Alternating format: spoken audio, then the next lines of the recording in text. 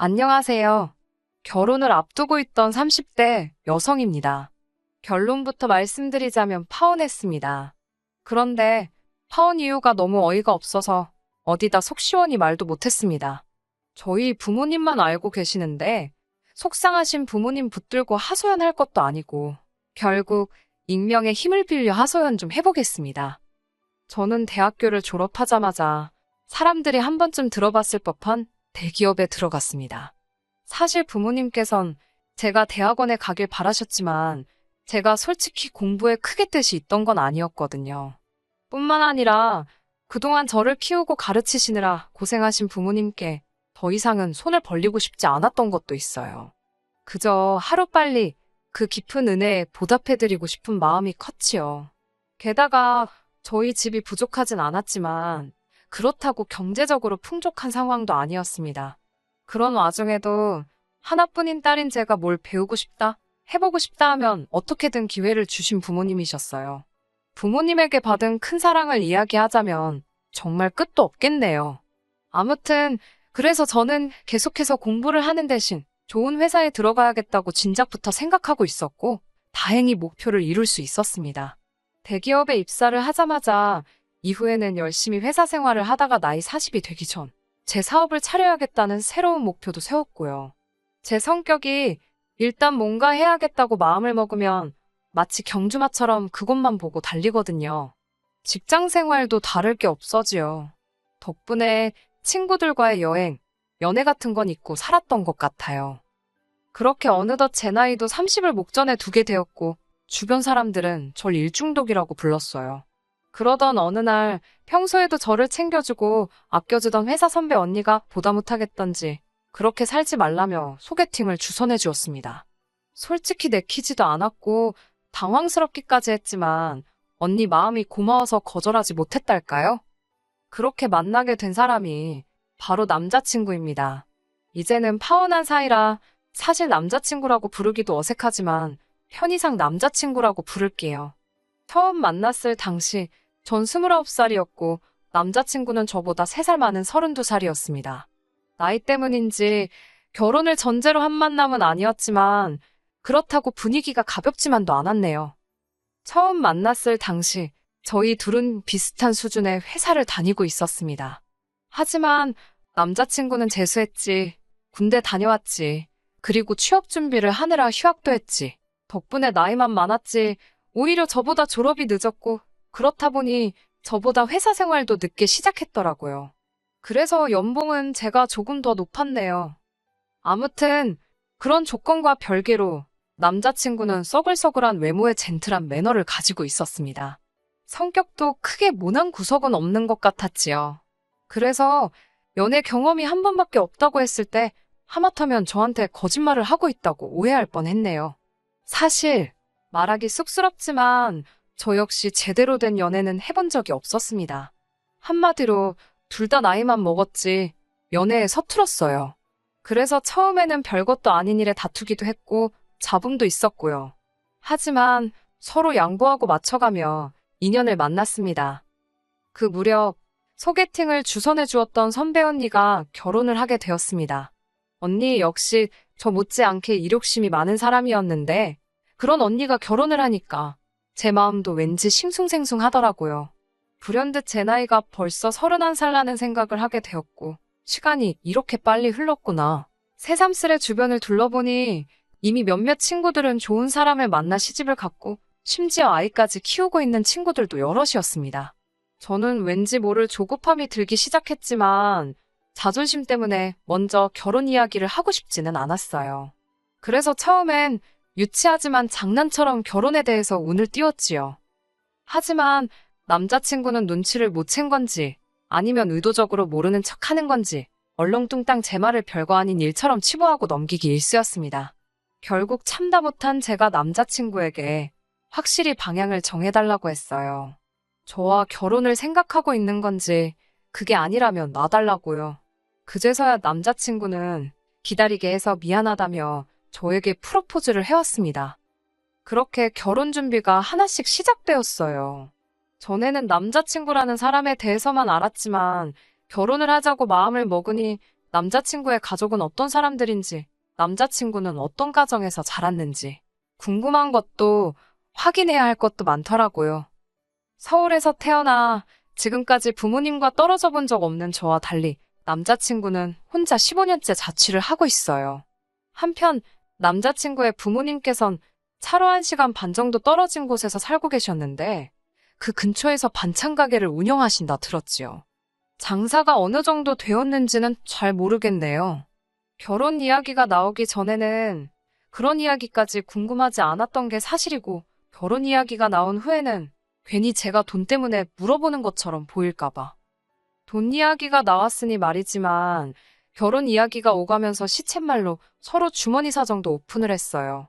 저는 당시 모아둔 돈이 7천 정도 있었고 남자친구는 3천이 있었습니다. 그리고 남자친구는 할부가 끝나지 않은 차를 한 대 소유하고 있었고요. 저와 만나기 전 주변 친구들이 자동차는 좋은 거 타야 된다고 꼬셔서 얼떨결에 외제차를 뽑았다고 하더라고요. 그래서 한 달에 차값으로만 나가는 돈이 100만 원 가까이 되었습니다. 이 부분에 있어서는 솔직히 너무 이해도 안 되었고 마음에 들지 않았지만 저와 알기도 전에 있었던 일이니 제가 남자친구를 탓할 만한 상황이 못 되었네요. 남자친구는 어머님 아버님과도 좋은 관계를 유지하고 있었습니다. 남자친구도 저와 마찬가지로 외동이라 그런지 남자친구에 대한 어머님의 정성이 대단하셨지요. 게다가 덜어져 살아서인지 어머님께선 한 달에 한 번 내지 두 번은 꼭 남자친구 자취방에 찾아오신다 들었습니다. 국이며 반찬이며 챙겨오셔서는 청소까지 구석구석 싹 해주고 가시신다고요. 사실 그 이야기를 들은 이후로는 남자친구 자취방에는 아예 출입을 하지 않았습니다. 저희 부모님 세대만 하더라도 남녀가 서로 집에 드나드는 거에 대해서 불편해하시는 분들이 많잖아요. 괜히 저에 대해서 색안경을 끼실까봐 나름대로 행동에 신경을 많이 썼습니다. 하지만 제가 아는 건 이 정도가 전부였고 실제로 어머님 아버님을 직접 뵌 적도 없고 대화를 나눠본 적도 없었어요. 그래서 어머님 아버님과 식사 자리를 갖게 되었습니다. 지금도 다시 생각만 해도 구역질이 올라오네요. 어쨌든 처음으로 인사를 드리러 가는 자리였기에 뭘 사갈까 고민을 많이 했어요. 그러다 미리 주문해야만 먹을 수 있다는 케이크를 사가게 되었습니다. 어차피 식사하고 나면 디저트가 필요할 테니까 다 같이 먹으면 되겠다는 생각이었지요. 남자친구가 원래 달달한 디저트류를 좋아하기도 했고요. 그렇게 남자친구 집에 도착하니 어머님께서 드디어 만나본다며 너무 다정하고 따뜻하게 저를 반겨주셨습니다. 사실 시집살이라던가 고부 갈등에 대해 안 좋은 이야기를 많이 들어서 긴장을 꽤나 한 상태였거든요. 하지만 어머님의 환영 덕분에 제 마음속 걱정이 눈 녹듯 사라지는 것 같았네요. 그렇게 집 안으로 들어선 뒤 케이크를 어디다 둘까 하다가 조심스레 냉장고를 열었습니다. 그러자 순간 알 수 없는 악취를 맡게 되었어요. 전 솔직히 앞서가던 남자친구가 방구라도 낀 건가 싶었지요. 하지만 냉장고 속을 보니 그 이유를 알만했지요. 반찬들은 뚜껑도 없이 들어가 있질 않나. 언뜻 보기에도 상한 과일들도 보이고. 그때 어머님께서 저더러 상차림을 좀 도와달라 하셨습니다. 제가 냉장고 문을 닫으니 그걸 왜 닫냐며 고기 반찬들 좀 식탁에 올려놓으라고 하시는 거예요. 당황스러웠지만 일단은 시키는 대로 했지요. 그러다 고사리나물을 꺼냈는데 그 위에 하얗게 눈꽃마냥 곰팡이가 폈더라고요. 제가 어머님께 이건 버려야 할 것 같다고 보여드리니 이건 덜어내면 된다며 이 고사리가 시골 어디서 누가 보내준 귀한 거라며 이따 저도 좀 챙겨주신다고 하셨습니다. 저는 일단 떨떠름한 표정으로 표정이 어땠을지 모르겠네요. 아무튼 감사하다고 말씀드렸지요. 어머님께선 하나밖에 없는 아들이 며느리감을 데려온다고 해서 너무 좋으셨다며 갈비찜도 하고 전도 하셨다고 그러더라고요. 제가 뭐라고 이렇게까지 하셨나 싶어서 너무 감사했어요. 어머님은 이제 거의 다 되었다며 저더러 거실에 가서 남자친구랑 같이 앉아있으라고 하셨습니다. 제가 좀 더 도와드리겠다고 했지만 괜찮다고 하시더라고요. 그리고 비로소 긴장이 좀 풀리면서 남자친구의 집을 둘러보게 되었습니다. 남자친구의 집 구조가 특이해서 들어오자마자 부엌이었고 부엌을 가로질러야 거실에 갈 수 있었거든요. 거실은 이렇게 표현해도 될지 모르겠습니다만 한마디로 정신이 하나도 없었습니다. 일단 크고 작은 화분들이 한쪽 벽을 가득 채울 만큼 늘어져 있었는데 문제는 대부분이 죽어 있었다는 거지요. 누렇게 뜨고 마른 잎들이 간신히 매달려 있는 화초들이 즐비했습니다. 게다가 초록빛 곰팡이가 잔뜩 끼어 있는 대형 어항도 볼만하더군요. 당연히 그 안에는 물고기도 없었지요. 아무튼 한번 그런 것들이 눈에 들어오기 시작하니까 저도 모르게 자꾸 다른 것들도 관찰 아닌 관찰을 하게 되더라고요. 곧이어 때가 탄 건지 색이 바랜 건지 알 수 없는 커튼이 눈에 들어왔고 그제서야 저는 제가 끌어안고 있던 쿠션을 보게 되었습니다. 하마터면 소리를 지를 뻔했어요. 이건 마른 피 자국인지 아니면 오래된 커피 자국인지 알 수 없는 진한 갈색의 얼룩이 듬성듬성 있었으니까요. 남자친구가 놀란 저를 보더니 대수롭지 않다는 듯 자기 거랑 바꿔줄 거냐입니다. 제가 괜찮다 하니까 뒤집어서 안고 있으라고 했던 것도 같아요. 갑자기 괜히 몸이 근지럽고 솔직히 찝찝하더라고요. 그래서 손이라도 씻고 올까 싶어 화장실로 향했습니다. 화장실은 제가 온다고 치우기라도 하셨는지 거실에 비하면 양반이었습니다. 하지만 손을 씻고 물기를 수건에 닦으려는 순간 거의 토할 뻔했네요. 걸려있는 수건에서 걸레 냄새가 났으니까요. 제가 절대로 비위가 약한 사람이 아닙니다. 웬만한 대화 주제로도 끄떡없는 사람이거든요. 결국 저는 대충 손을 털고 나왔습니다. 인사드리는 날이라고 백화점 고급 브랜드에서 연분홍 투피스까지 사입고 온 제 자신이 우스울 지경이었네요. 아무튼 그렇게 거의 소파에 엉덩이를 걸치듯 앉아 있었습니다. 어머님이 쉬라고 해서 앉아있던 거지만 왠지 가시방석처럼 편하진 않았어요. 아버님은 저더러 똥 마려운 강아지 마냥 왜 그러냐고 농담을 던지셨지만 그런 농담이 당황스럽고 재밌지도 않았던 전 어정쩡하게 웃어 보였지요. 어느덧 어머님께서 식사 준비가 다 되었다 하셨고 그렇게 저를 포함한 모두가 식탁에 둘러앉았습니다. 집의 상태와 달리 모든 음식은 정갈하게 담겨져 있었고 냄새도 좋았어요. 반찬 가게를 하신다더니 역시 솜씨가 좋으신가 보다고 속으로 생각했지요. 하지만 그런 생각도 잠시. 저는 어머님의 행동에 다시 한번 크게 놀라고 말았습니다. 어머님께선 국이 간이 잘 됐나 혼잣말처럼 말씀하시더니 수저로 간을 보시더라고요. 좀 싱겁다 하시더니 맛소금을 어머님 입에 넣으셨던 수저에 덜어서 그대로 국이 들어있는 냄비로 직행이었습니다. 어머님께선 당신 입으로 쪽 빨았던 수저로 온 가족이 먹어야 할 국을 휘휘 젓고 계셨지요. 아버님이나 남자친구는 익숙해서 그런지 별로 놀란 기색이 아니었지만 저는 어쨌든 남이잖아요. 비위가 너무 상하더라고요. 하지만 저도 남자친구와 결혼을 하고 싶어서 인사를 드리러 온 입장인데 정색을 할 수도 없고 그렇다고 어머님께 뭐라 할 수도 없어서 그냥 아무 말도 못했습니다. 식탁에는 갈비찜이 있었는데 아버님은 며느리감 온다고 네 엄마가 큰돈 썼다면서 모처럼 갈비 뜯게 생겼다고 좋아하시더라고요. 괜히 무안하기도 했지만 정말 저 때문에 신경을 써주셨나 싶어서 비위가 상한 것과는 별개로 기분이 좋더라고요. 그런데 아버님께선 갈비찜을 정말 공격적인 속도로 드셨습니다. 문제는 다 드시고 남 뼈 있잖아요. 그 뼈를 뭐 당신 옆에다 두시거나 빈 접시에 놓으시는 게 아니고 원래 갈비찜이 담겨져 있던 그릇에 다시 넣으시는 거예요.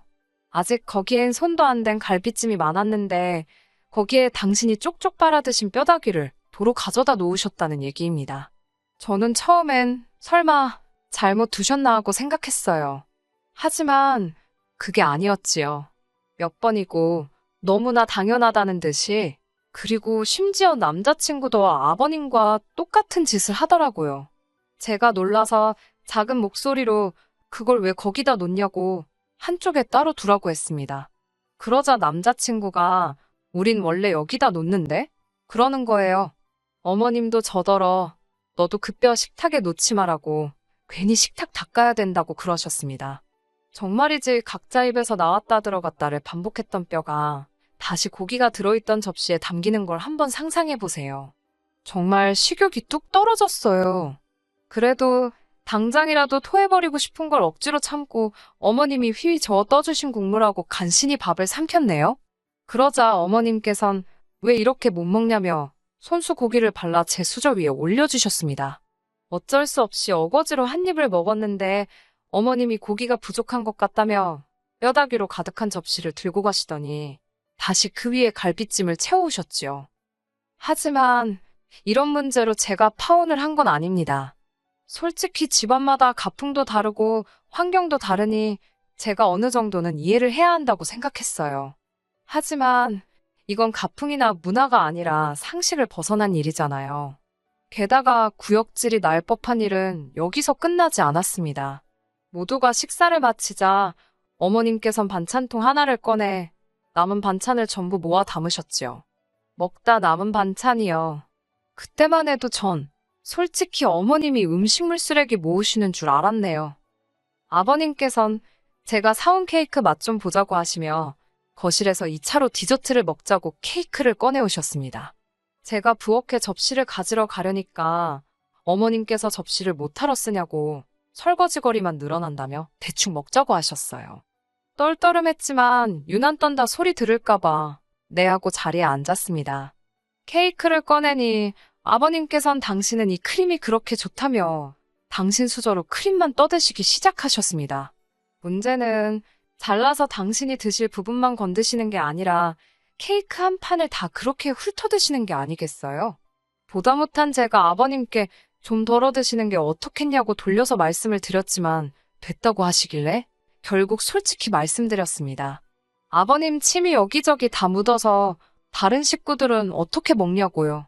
웃으며 농담처럼 말씀드리니 아버님도 막 웃으시면서 당신 침은 로얄 젤리랍니다.